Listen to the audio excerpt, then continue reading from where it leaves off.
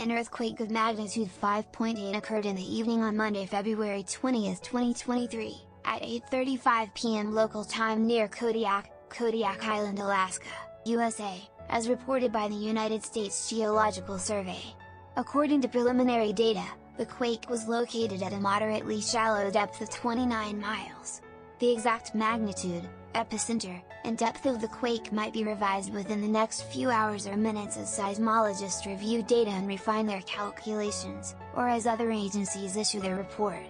Our monitoring service identified a second report from the German Research Center for Geosciences, GFZ, which listed the quake at magnitude 5.5.